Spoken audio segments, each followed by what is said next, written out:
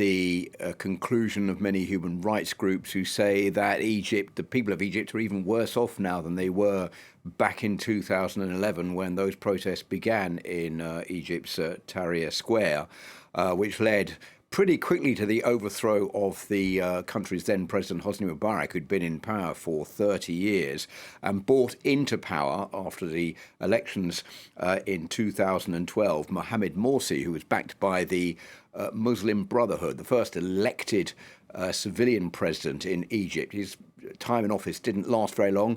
Just a year and a half later, he was overthrown following massive street protests, which brought into power the current president, Abdel Fattah al-Sisi, who is a former defense minister. And since then, there has been a very big clampdown on the press, on dissidents, on the opposition, silencing out any kind of voice that speaks against the rulers of Egypt. Now, you can look at human rights in Egypt, for example.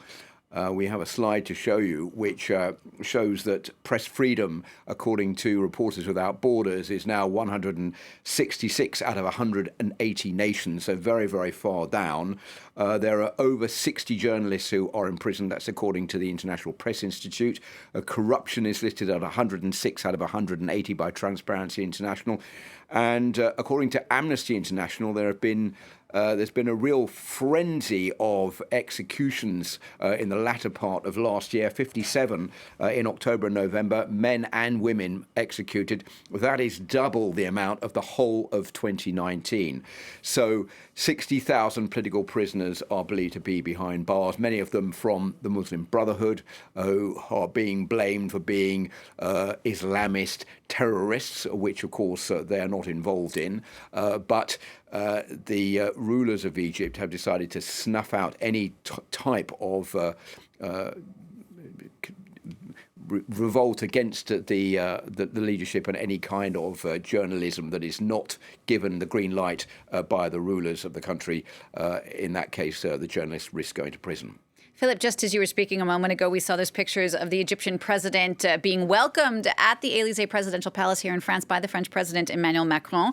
Given what you're just saying, why would France roll out the red carpet for the Egyptian president? Well, the Egyptian economy is doing quite well at the moment. The unemployment rate has gone down to 8.3%, GDP is at 3.5%, and the growth forecast is 3.5%, the second highest in the world. So France knows that Egypt has money to spend, and France has arms to sell. So it is selling weapons to Egypt. For example, it has sold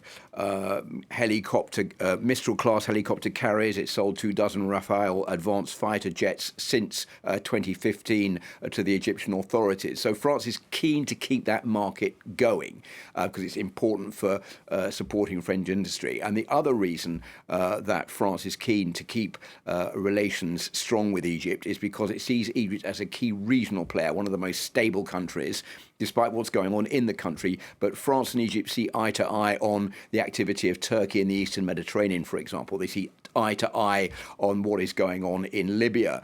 They also see eye to eye in the fight against terrorism. So Emmanuel Macron is keen to keep a very good working relationship with the Egyptian president. This, of course, has angered many human rights organizations who said to President Macron in December when President Sisi came to France on the 7th of December that he should not roll out the red carpet. The response from President Macron, there it is. It's better to maintain a policy of strict dialogue rather than a boycott, which would reduce the efficiency of our partnership in the fight against terrorism and regional stability.